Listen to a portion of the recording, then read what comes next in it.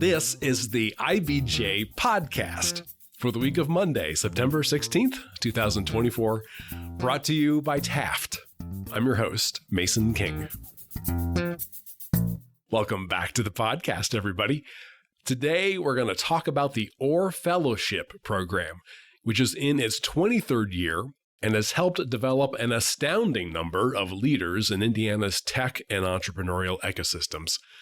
I'm going to resist the urge to do some big league name dropping here, although many of the Orr Fellows have ended up on the podcast over the years, since the program now has 624 alumni who have worked at, and in some cases founded, nearly 300 significant companies and organizations. The program was established in 2001 to help develop the early careers of promising college graduates, in part by matching them with high-growth Indiana companies for 2-year stays. In addition to employment, the fellowship offers vast networking opportunities, workshops, pitch competitions, and stipends to learn new skills.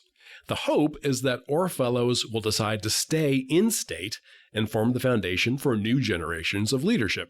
Indeed, 84% of fellows remain in-state immediately after the program. If we take into account all of the alumni over 23 years, about 60% are still Hoosiers. I could give you statistics for 5 minutes about the earning power of Orr Fellows relative to their peers, or read from the list of more than 6 companies that currently host Orr Fellows, but I think we can impart a robust sense of the big picture by narrowing the focus to an Indianapolis-based startup called Malomo. It was co-founded by serial entrepreneur Astounding, who is a member of Orr Fellowship's class of 2007. Malomo's head of strategy and operations is Alicia Gaba, a member of the fellowship's class of 2008, and who joined Malomo in 2021. Mariah Parsons, who currently is Malomo's head of marketing, joined the firm as a fellow in 2021 and was promoted to the leadership team soon after the fellowship ended. All three are guests on this week's podcast to talk about their experiences as fellows and a concept that we call horizontal networking. In this case, it's how Orr Fellows lean on their peers for mentoring and career support, job opportunities, and even capital as they help grow Central Indiana's entrepreneurial ecosystem. We also take a side trip to talk about Indiana brain drain and whether that concern is less relevant somehow in the age of remote work. Here's our conversation.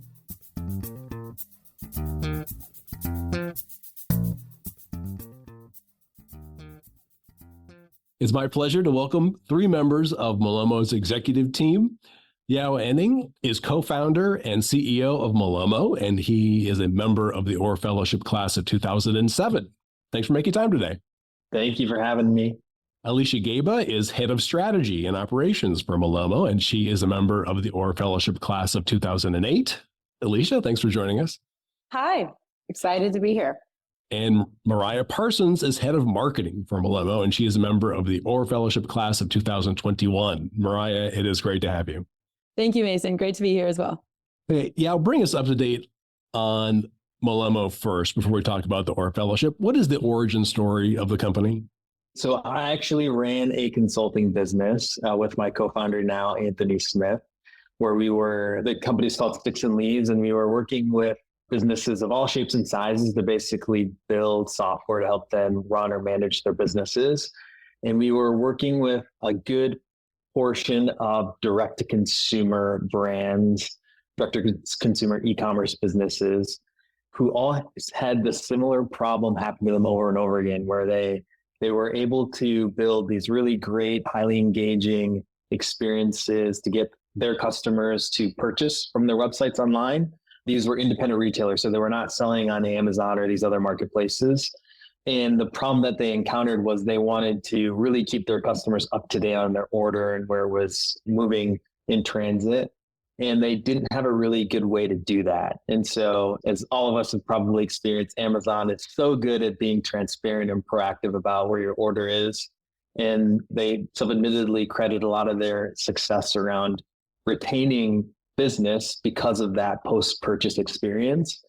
So we wanted to basically give that same control and power to independent retailers who couldn't afford to build these massive complex systems to integrate with carriers themselves. So we found that opportunity in our consulting business just happened over and over. We built a version of Malomo about a half dozen times and charged a lot of money to do it because we were building it custom, and then said, why don't we democratize this, right, and build our own software product to power this. So that was the origin story. Ended up pitched that to some early stage venture funds here in Indianapolis and raised a small round, and then spun that business out of the consulting agency, eventually shutting the agency down to focus on the business full time.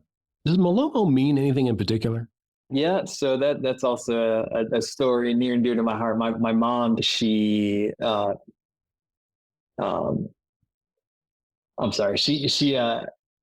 contracted cancer, a rare form of cancer, ended up having to stop working and moved home. But she herself was very entrepreneurial spirited, and so she really just got into working with like clean ingredients and being healthy, and she got really into soap making. So she would create these batches of soap, and people would visit her between treatments that she had for her cancer. And when they'd visit her, she'd kind of hand out her latest batch of soap, and it would launch into stories of how she crafted it. And it would just like really lit up her spirit to have that connection with people. So she named that soap company Malomo. And when she passed, I really wanted to honor her name and her legacy. And a lot of the companies that we work with, they pour a lot of their own selves into their businesses and have similar stories. And so it felt very fitting to name the company after her legacy. Now, Mariah, you're head of marketing, so you're on here. Give me some real world examples of how I would see Malomo in action. So the best way that I can explain this to someone without seeing the product visually is, when you order something online and you get taken to a carrier page to basically watch that little truck come to your doorstep. So that's what Malomo does, but it makes it a beautiful page that you're looking at as the consumer. So you're seeing other products that the company that you bought for, you're seeing their header image, their branding, so their logo, their colors, all of that. You can put your social media on it. So that's really where you get the consumer advantage of having something like Malomo in place, because you're not taken to this generic experience. And for direct to consumer brands who really want to start differentiating themselves from all the other players in the space, this is one of the ways that they can do it. Does that make sense? Basically, can you see it a little bit? I ordered a fuzzy blanket for my son over the weekend, and I got an email, I think 2 days ago, say, track your package. Number one, it didn't work like the first 3 times I tried it. It went to like some unresponsive page, which hopefully you guys address somewhere in your. This is not a company that you guys are involved with, I'm sure, because it didn't work. Then it finally did go to a page that did work, but it was blank. And by this point, I knew I was going to be talking with you guys. And I was like, yeah, there's a lot of real estate here where you could promote some other stuff, or, ask for a review, or I don't know, ask me what my, favorite brand of pie is, or whatever it is you guys do. And suddenly I realized, you're leaving a lot on the table there by not, interacting with me post-purchase. Yes. Yeah, absolutely. Especially for the direct-to-consumer brands. A lot of times you discover them on like Facebook, right? So you don't. Yeah, that is literally where I found it. Is it? Because I'm over 50. They targeted you, right? They do. Exactly who you were. They probably knew I had an 8-year-old son that took falling asleep. Oh man. And I think there's a couple of things at play. There's an interesting movement that's happening where you had to be a recognized retailer to build trust, right? If you would go to a mall, and if you saw a brand in the mall, you're like, oh, I trust that brand. In the digital space, like you can discover a brand just randomly browsing on a social media network, and you don't know whether you should trust that brand. You can't look and feel and touch that product before you get it. And so that brand has to do a lot to earn your trust really early on in the process. When you get that experience where you track the package and like the tracking doesn't work, the instant thought that you have is like, oh my God, I hope this is a real company. I hope my product's actually going to arrive. I hope I didn't make a mistake buying from this company. And so it just degrades the trust and that relationship that brand is trying to build with you. And so that's what we're trying to do, is replace that and like really be proactive and transparent and saying like, hey, your product is going to arrive. It's going to arrive on this date.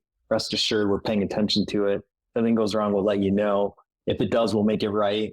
And so that's really the role that we're trying to play too, is more of that, like building that customer trust with putting the brand's best foot forward in that part of the customer journey. So when did you launch Malomo? We launched the product, the first version of it, middle of the year 2019. I believe it's June or July 2019. How many employees do you have now? Yeah, Alicia, we're at 12, I think, 12 or 13. Yeah. And how many clients do you have? Yeah, we work with a little under 400 retailers today. Oh, wow. Okay. Now, I noticed on the website you have outlined the company's values. And the first one describes Malomo as remote first. To you guys, what does that mean? Because we hear a lot of remote first around here, and they don't always mean the same thing. Yeah. So remote first to us is that we look for talent anywhere, right? And so we've hired people from all across the country. It's important to us that we've got people with diverse backgrounds and skill sets, especially when you're building a product to meet the needs of a global audience, right? We're fortunate that we work with clients who sell their products in every single continent on the planet. And so having the perspectives from people that are from different areas helps us build a better product.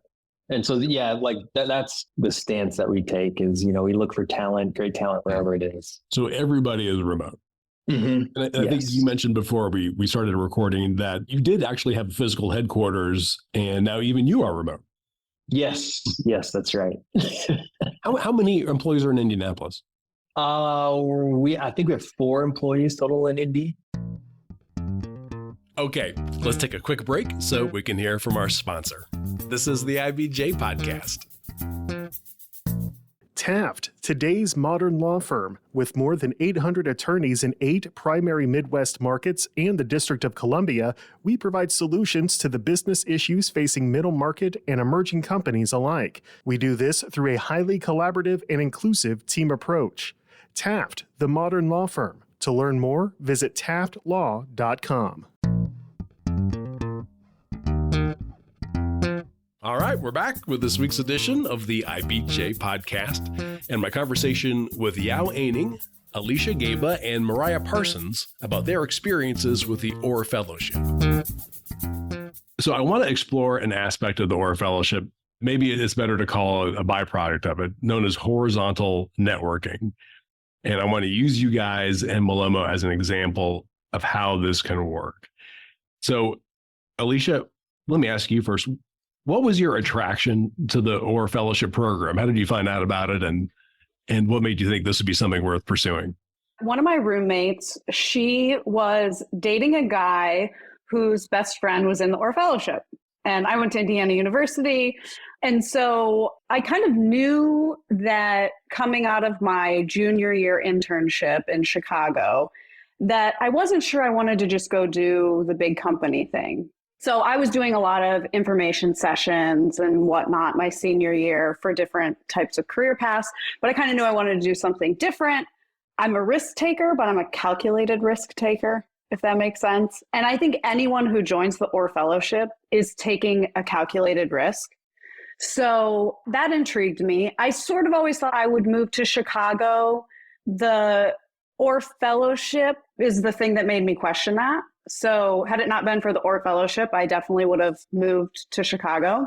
But yeah, it just felt like something that matched my likely career goals, which was I always felt like at some point in my life, I would start a company. And being that it was an entrepreneurial fellowship, it felt like I'm going to get exposed to some things that maybe, or really for sure, I would not get exposed to if I just go work for a big media agency or something like that. So yeah, that's what drew me to the Orr Fellowship. And it ended up working out great in the fact that I ended up at a company that I was about the 10th employee, and I was there for about 10 years, ended up running marketing. We got acquired by a much larger company, was very blessed that I ended up leading the marketing function there. And so the Orr Fellowship's it's a calculated risk. You get out of it what you put in. So I think that's the other thing I would say. It is attractive for anyone who thinks they might want a different path.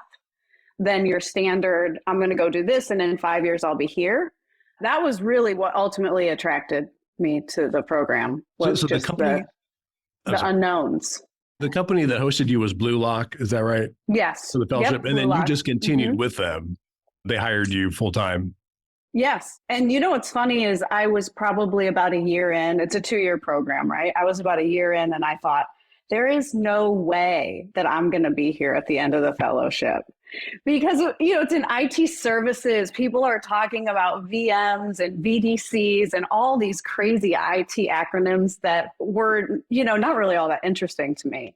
But I ended up staying because the leadership team there was amazing. The team was amazing. I ultimately ended up leaving and talking to Yao about joining Malomo because I was like, okay, I never wanted to be in IT services. I really need to get out of this.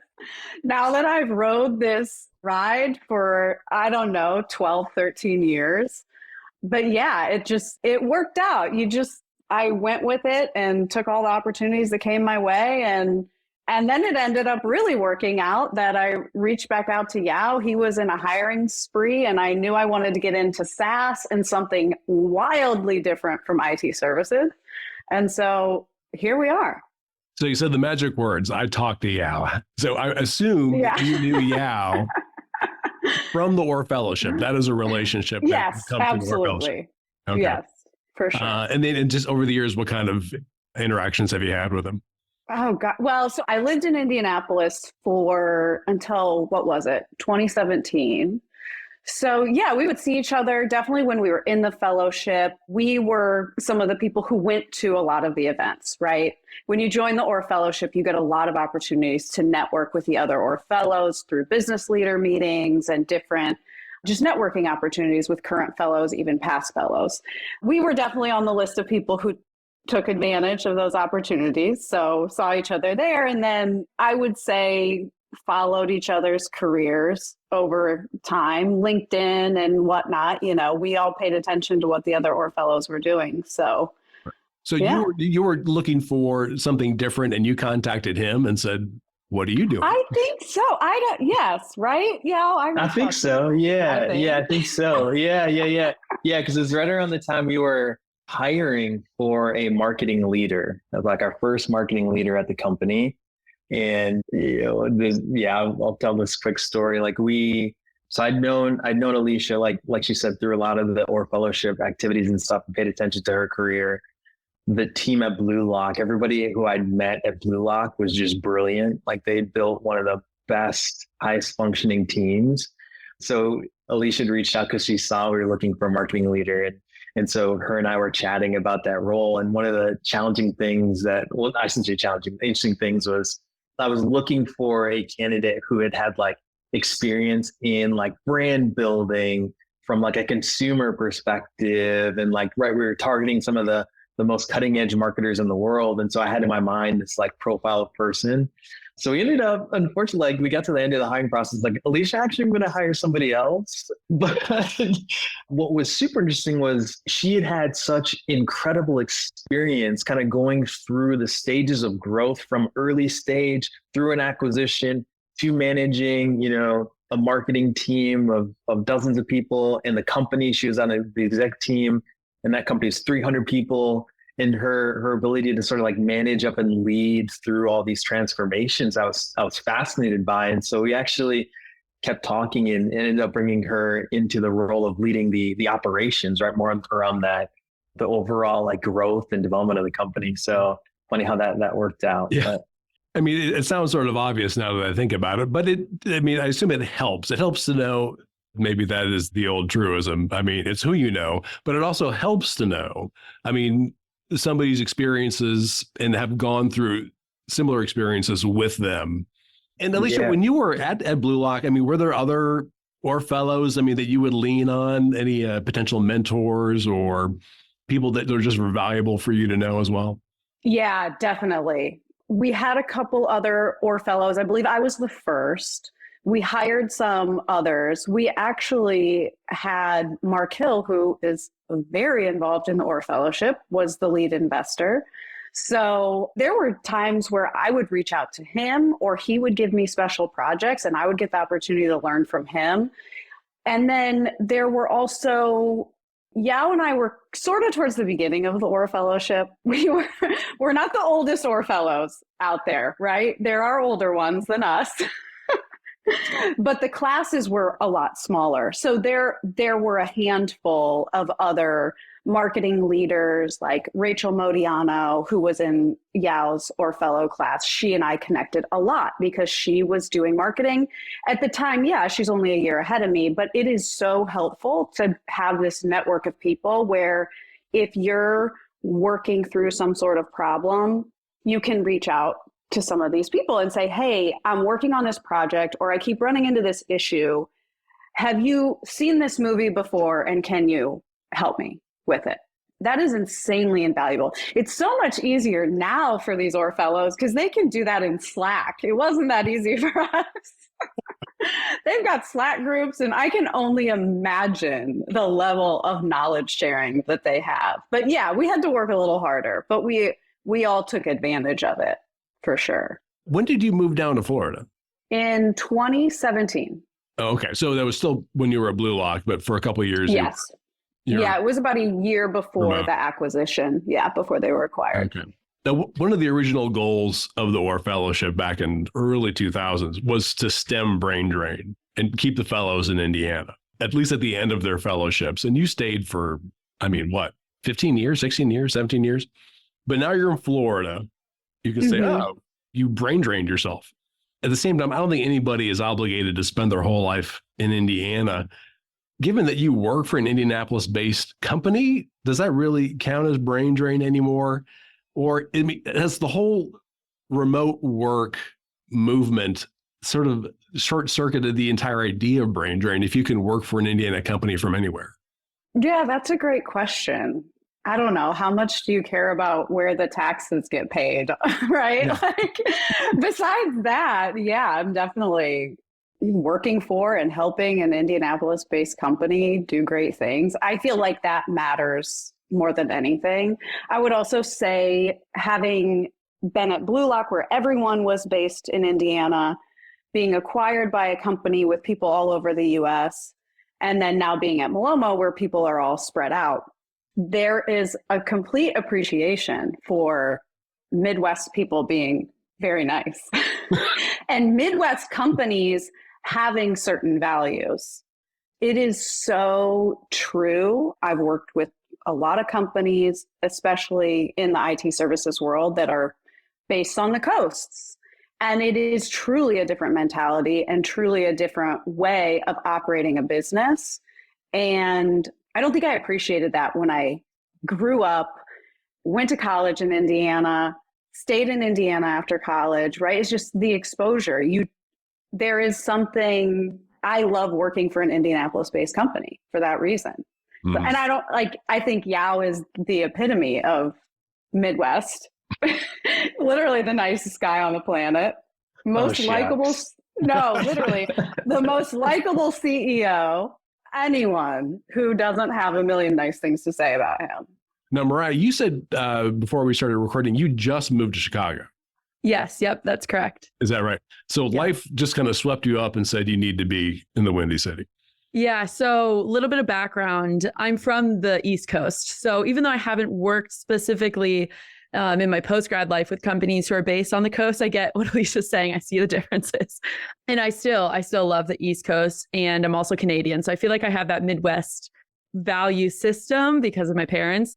But yes, moved to Indiana for college, and then Indianapolis specifically for obviously Orr Fellowship and Malomo. And then the main draw to Chicago is mostly personally, I always want to challenge myself to be in somewhere new and see a new environment. And I also just love traveling and seeing new places. But I also think there's a lot of great people here from Malomo as well. So it's kind of a personal and professional movement. But what I will say about your question to Alicia, just about brain drain, it doesn't even count if you're remote.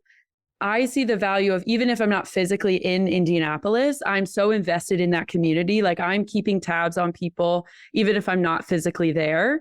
And because of my time there, because it was so incredible with Orr Fellowship, and I felt invested in as a young professional, I know I will pay it forward in that sense of looking to go the extra mile for Indianapolis business owners or Indianapolis community members who are doing a lot in the space. So even if I'm not physically in Indianapolis, I think a lot of the Orr Fellows that I've met who have moved into other places, moved across the US or the globe, they're able to bring that, I guess, appreciation for where you are and what was instilled in us in Orr for investing in the community and bring that to other areas that then reflect well on Indianapolis.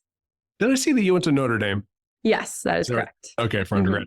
And then what was your attraction to the Orr Fellowship? So there's a lot of parallels between Alicia and I's story, but one of the things that is not a parallel is that I had no idea that entrepreneurship would be something that would spark my interest. I was studying neuroscience and I graduated with my bachelor's of science. So I very much thought I was on the route to medical school, and then shadowed a neurosurgeon, figured out that I am not a specialist in every facet of my life. I very much like to be able to pivot and have my hands in a lot of different things. And so, long story short, found my way to sitting in my room, my apartment senior year with my roommate. And she had seen a post from a Notre Dame graduate the year above us, Georgia Tworski. And she had posted about Orr Fellowship. And we had just both said, like, let's apply. It looks like a great program and we don't know what we want to do. And this seems like a great program to kind of help us figure out what we want to do. And then a couple of rounds of interviews later, and I got to meet Yao and a couple of other Orr Fellows who were at Malomo at the time. And kind of was sitting there at this moment, like, if I'm ever going to take the risk in my career, it's going to be now to go and pursue a startup with the added benefits of Orr Fellowship, because it does add a safety net for postgrad, right? You're guaranteed that you're going to be in a community that will be more plugged in, more connected than you would be by yourself. And so kind of took the leap or a calculated risk, as Alicia said, and haven't regretted it at all. Now, did you go to Malomo as part, were they your host company? Yes. Yep. Okay. So joined, as Malomo's first Orr Fellow as well. So another parallel to Alicia's journey, and joined Malomo in, I guess May 2021, I believe. Yeah. So first 2 years at Malomo were with Orr Fellowship. And then I graduated, quote unquote, from Orr Fellowship last May. Would that be correct? Yeah. Right.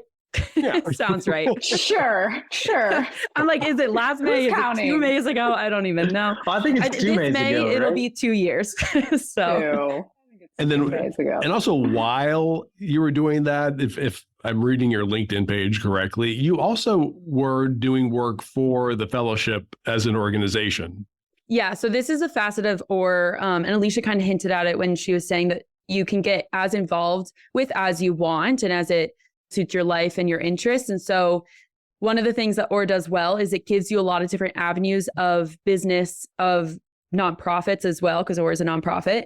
So you can explore different interests outside of your 9-to-5 job with your partner company while you're in Orr Fellowship.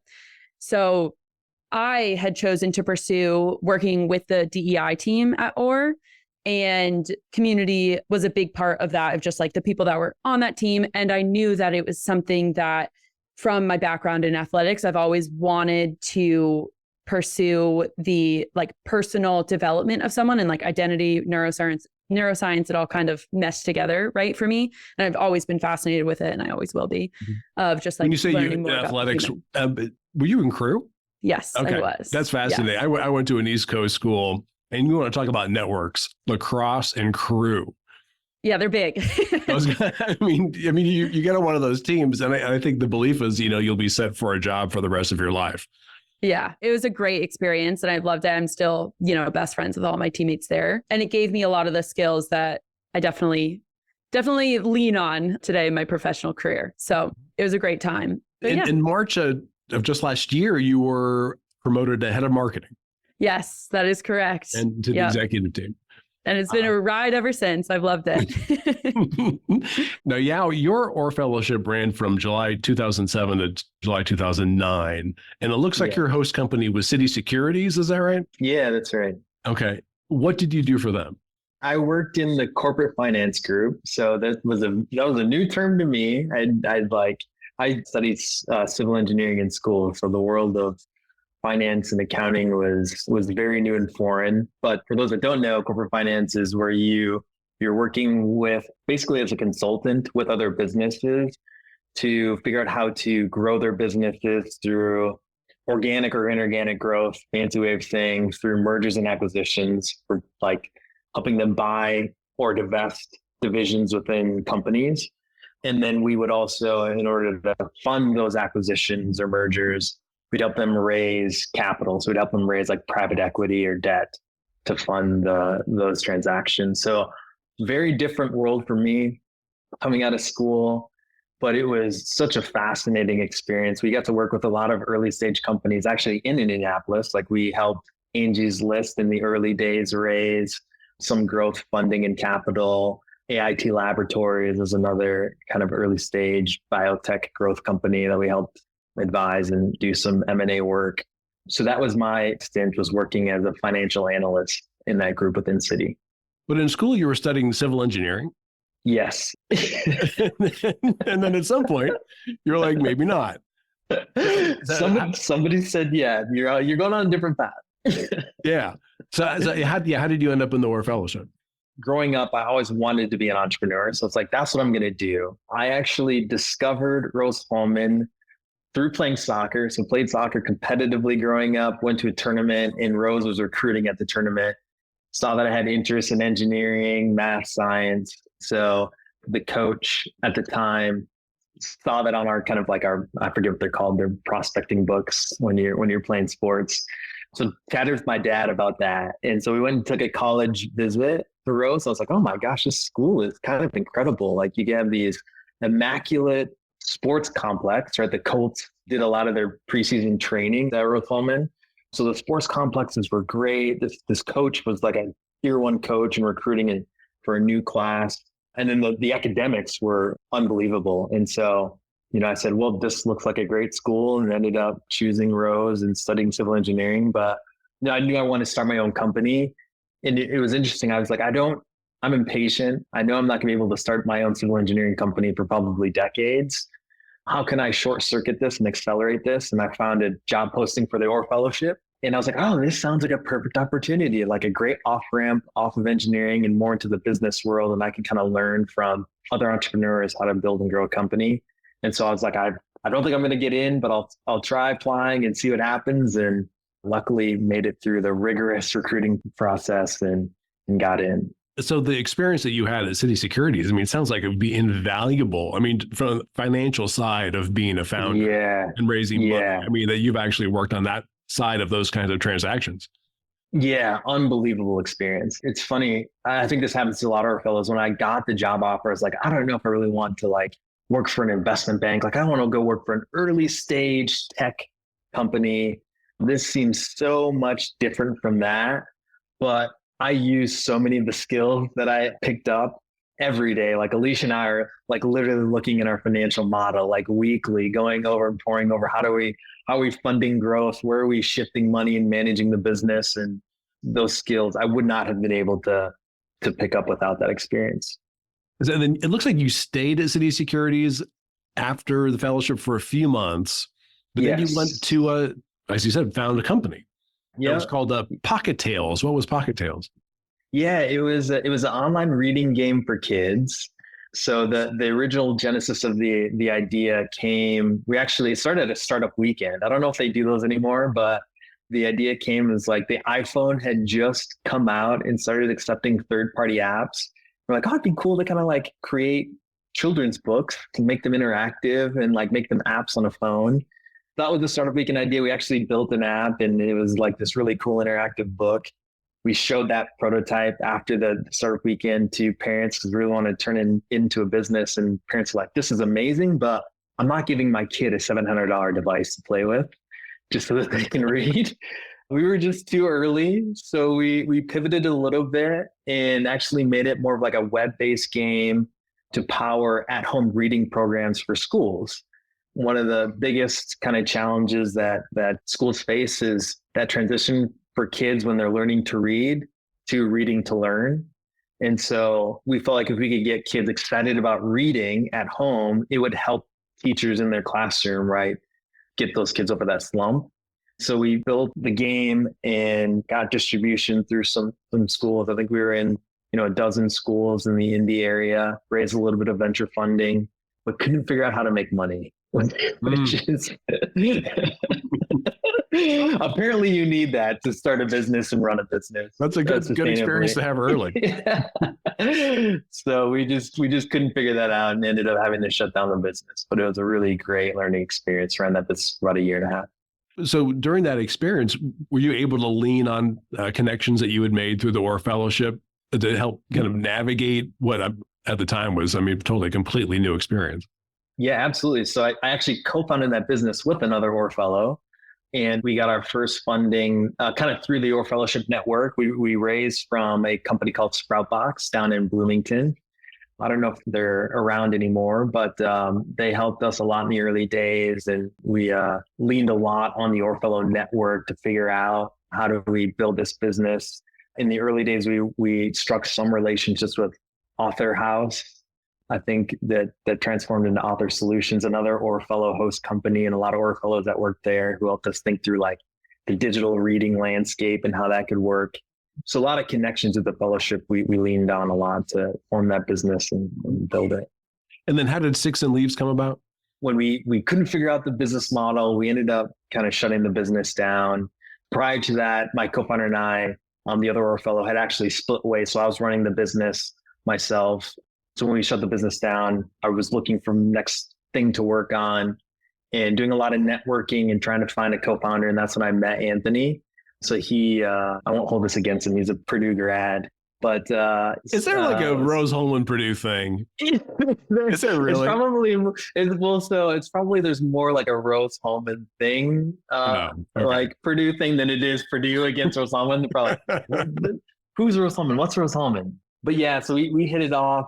He was actually doing some independent consulting at the time, and he also really wanted to start a business. Really, he loved what I had done at Pocket Tales. He was a big reader at the time, and so we kind of connected around that.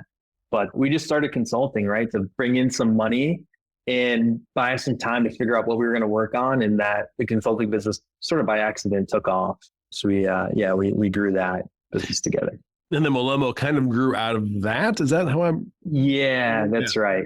Yeah, yep, that's right. Yeah, we'd been, like I said, we were consulting for a lot of direct-to-consumer brands through the agency, and so a lot of the work that we're doing was on the Shopify ecosystem. And for those that don't know Shopify, they're a huge publicly traded company. They power a lot of the brands that you buy from. Probably 90% of the brands that you buy from when you discover them on Facebook or Instagram, they're powered by Shopify.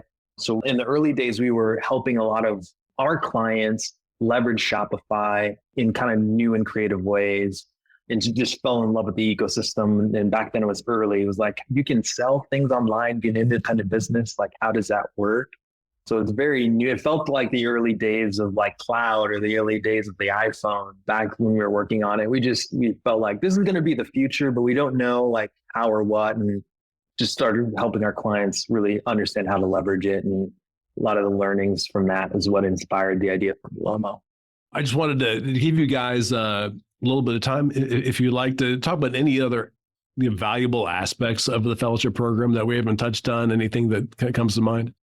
I would say, I think we've encompassed everything about Orr Fellowship that is it has a lot of advantages for post-grad and like professional development, personal development.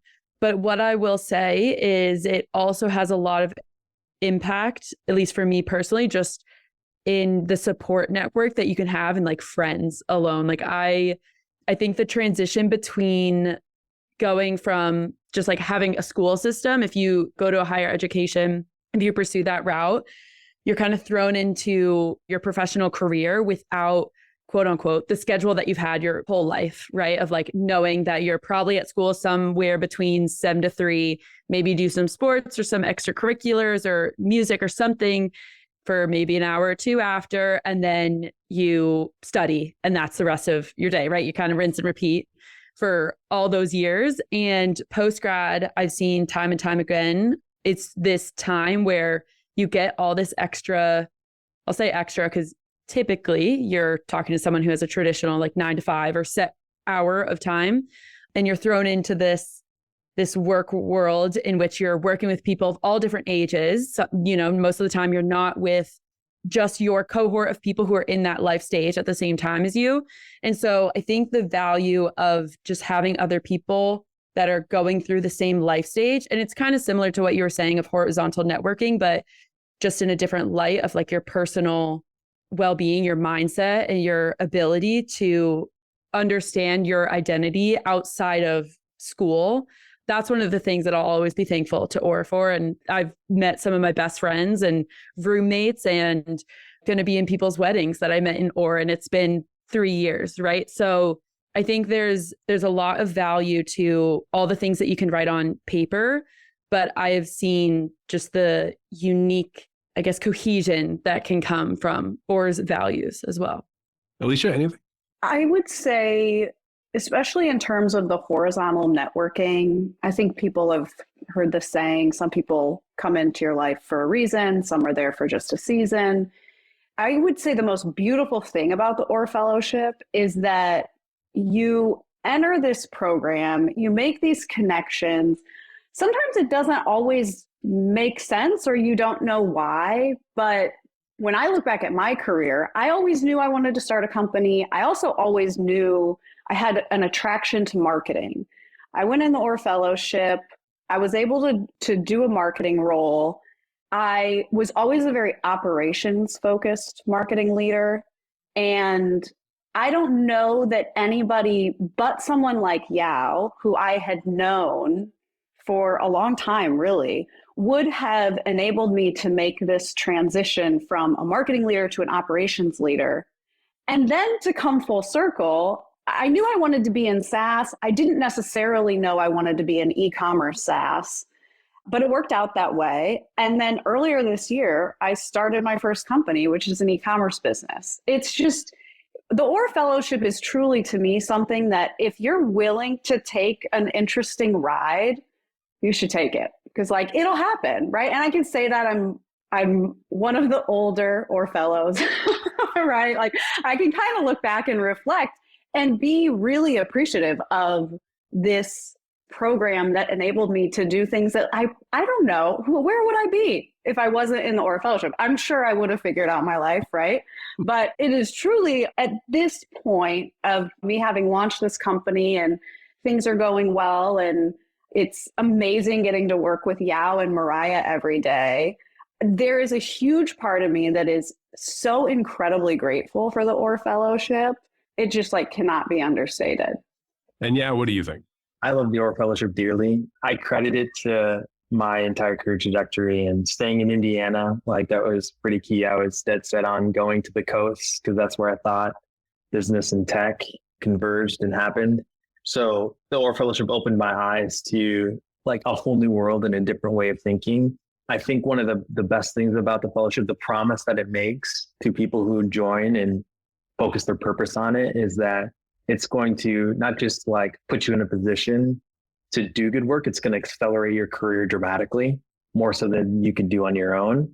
And that's through the things that kind of Mariah touched on. It's like that really great network that cares a lot about your success just as much as you pour into it. If you have a question, you can literally tap anybody because you've got the Orr Fellowship badge. There's a whole line of alumni who've done really, really, really incredible things. So just having the name attached to you like opens a lot of doors that you wouldn't be able to open yourself. Even like the first funding that we raised capital from High Elf and Hyde Park Venture Partners, the former Exact Target executive team, right? Bet on Malomo.